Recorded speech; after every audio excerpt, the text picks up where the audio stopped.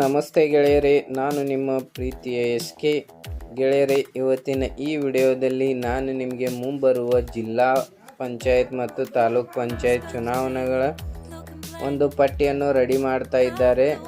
ಅದಕ್ಕೋಸ್ಕರ ಈ ವಿಡಿಯೋದಲ್ಲಿ ನಿಮಗೆ ಸವಿಸ್ತಾರವಾಗಿ ತಿಳಿಸಿಕೊಡಲಾಗಿದೆ. ಗೆಳೆಯರೇ, ದಯವಿಟ್ಟು ಇದುವರೆಗೆ ನನ್ನ ಚಾನಲನ್ನು ಸಬ್ಸ್ಕ್ರೈಬ್ ಮಾಡಿಕೊಂಡಿಲ್ಲ ಅಂತಂದರೆ ಪ್ಲೀಸ್ ಸಬ್ಸ್ಕ್ರೈಬ್ ಮಾಡಿಕೊಳ್ಳಿ. ಹಾಗೆಯೇ ಪಕ್ಕದಲ್ಲಿ ಕಾಣಿಸ್ತಾ ಇರೋ ಬೆಲ್ ಐಕನ್ ಮೇಲೆ ಕ್ಲಿಕ್ ಮಾಡಿ, ಏಕೆಂದರೆ ನಾನು ಅಪ್ಲೋಡ್ ಮಾಡುವಂಥ ಹೊಸ ವಿಡಿಯೋಗಳ ನೋಟಿಫಿಕೇಷನನ್ನು ನಿಮ್ಮ ಹತ್ರ ಬರುತ್ತೆ.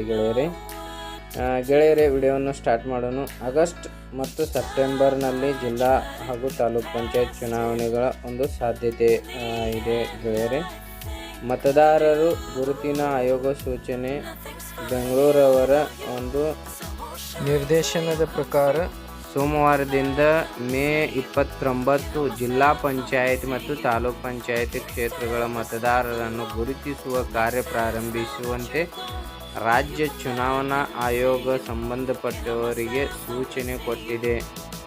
ಹಾಗಾಗಿ 2 ವರ್ಷಗಳಿಂದ ಜನಪ್ರತಿನಿಧಿಗಳಿಲ್ಲದೇ ಅಧಿಕಾರಿಗಳಿಂದಲೇ ನಡೆಸುತ್ತಿರುವ ಜಿಲ್ಲಾ ಹಾಗೂ ತಾಲೂಕು ಪಂಚಾಯಿತಿಗಳಿಗೆ ಮುಂಬರುವ ಆಗಸ್ಟ್ ಅಥವಾ ಸೆಪ್ಟೆಂಬರ್ ತಿಂಗಳಲ್ಲಿ ಚುನಾವಣೆ ನಡೆಯುವ ಸಾಧ್ಯತೆ ಇದೆ. ಮತದಾರರ ಪಟ್ಟಿ ಸಿದ್ಧತೆ ಮತ್ತು ಮತದಾನ ಕೇಂದ್ರಗಳ ಸ್ಥಾಪನೆ ಮಾಡುವ ಸಂಬಂಧ ಕಾರ್ಯ ಪ್ರವೃತ್ತರಾಗುವಂತೆ ತಹಶೀಲ್ದಾರ್ ಹಾಗೂ ಉಪವಿಭಾಗಾಧಿಕಾರಿ ಆಯೋಗ ಸೂಚನೆ ನೀಡಿದೆ.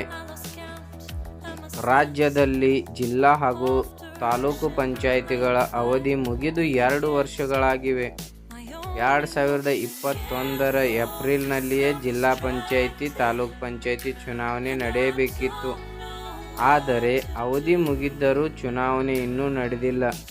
ವಿವಿಧ ಕಾರಣಗಳಿಂದ ಚುನಾವಣೆಯಲ್ಲಿ ರಾಜ್ಯ ಸರ್ಕಾರ ಮುಂದೂಡುತ್ತಲೇ ಬಂದಿದೆ.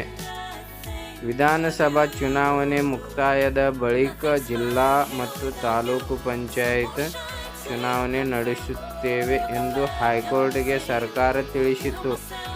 ಆದ್ದರಿಂದ ಇದೇ ಜೂನ್ 4ರವರೆಗೆ ಮತದಾರರು ಗುರುತಿಸುವ ಕಾರ್ಯ ಮತ್ತು ಜೂನ್ 5ರಿಂದ 13ರವರೆಗೆ ಮತದಾರರ ಪಟ್ಟಿ ಪರಿಶೀಲನೆ, 14ರಂದು ಕರಡು ಮತದಾರರ ಪಟ್ಟಿ ಪ್ರಕಟಣೆ, 19ರಂದು ಆಕ್ಷೇಪಣೆ ಸಲ್ಲಿಸಲು ಕೊನೆಯ ದಿನ, ಜೂನ್ 22 ಆಕ್ಷೇಪಣೆಗಳನ್ನು ಇತ್ಯರ್ಥಪಡಿಸಲು ಕೊನೆಯ ದಿನ, ಜೂನ್ 25ರಂದು ಅಂತಿಮವಾಗಿ ಮತ್ತೊಮ್ಮೆ ಪರಿಶೀಲನೆ, ಜೂನ್ 27ರಂದು ಅಂತಿಮ ಮತದಾರರ ಪಟ್ಟಿ ಪ್ರಕಟಣೆ.